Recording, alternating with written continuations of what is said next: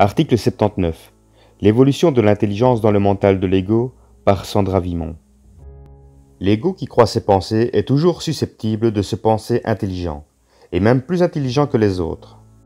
Ainsi, cet ego qui vibre aux affluents mémoriels de la vie devient facilement victime de ses croyances. Celles-ci ont préséance sur le réel en lui car il n'a pas la capacité de mettre à jour sa faille première, c'est-à-dire son incapacité à vibrer à une intelligence créative qui dépasse la faculté de croire ou de ne pas croire. Celui qui se fait piéger par son impression d'être intelligent devient sujet à vivre de l'orgueil ou même de la condescendance.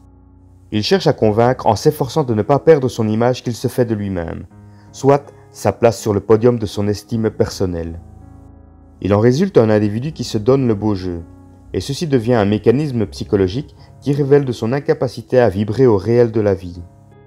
Il se crée un bouclier intérieur qui l'empêche de se compromettre, qui l'empêche de se voir tel qu'il est, qui l'empêche d'être vrai face à l'autre.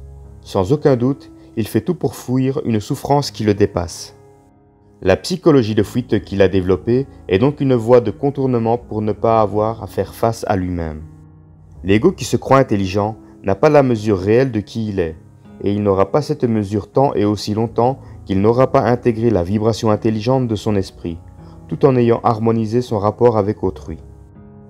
Sa psychologie de fuite devient son mantra quotidien, au détriment d'un accès à son esprit et à son esprit universel. L'être humain souffre de plus en plus de son ignorance face à la visée réelle des événements dans sa vie. Son combat de vie pour libérer son psychisme prend alors tout son sens. Dans cet ordre d'idées, il est important que l'ego comprenne que les connaissances qu'il acquiert durant sa vie servent à structurer son mental inférieur pour qu'un jour, ce mental inférieur puisse servir de tremplin vers la création de son mental supérieur ou corps surmental. Son mental supérieur représentera donc l'aboutissement de l'élévation de la vibration de son corps mental inférieur vers le réel de l'énergie intelligente de son esprit. Par la suite, cette vibration parviendra à pénétrer les sphères solaires de sa conscience, car son savoir s'étendra au réel de qui est l'autre.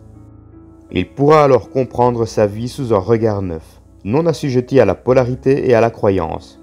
C'est à ce temps qu'il pourra parler d'intégration de l'énergie supramentale dans sa conscience.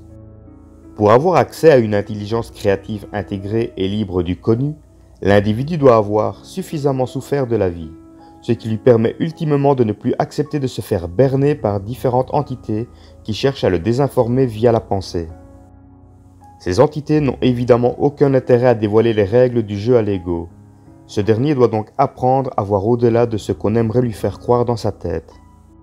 Armé d'une volonté de ne plus se faire limiter dans sa conscience par des entités qui se jouent de lui dans son canal mental, l'ego parvient à utiliser sa colère pour arracher à l'invisible ce qu'il a besoin de savoir. La communication qu'il développe avec son esprit devient l'assise de son rapport de force avec celui qui est responsable de tout ce qu'il vit. La communication avec son esprit universel lui permet de rester en équilibre face à autrui, car il comprend de plus en plus leurs souffrances qui font aussi partie du réel de sa propre déchirure originelle.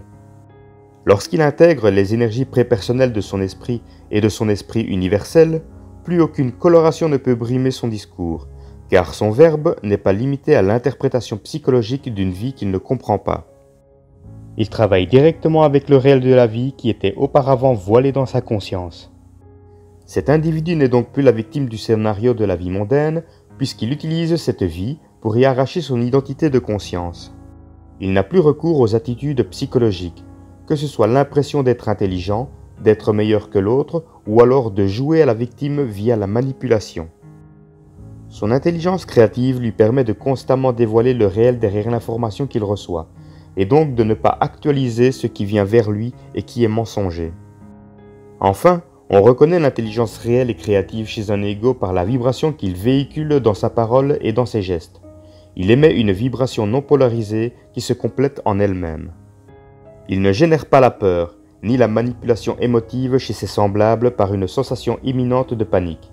Il ne génère pas de tension, mais il apaise.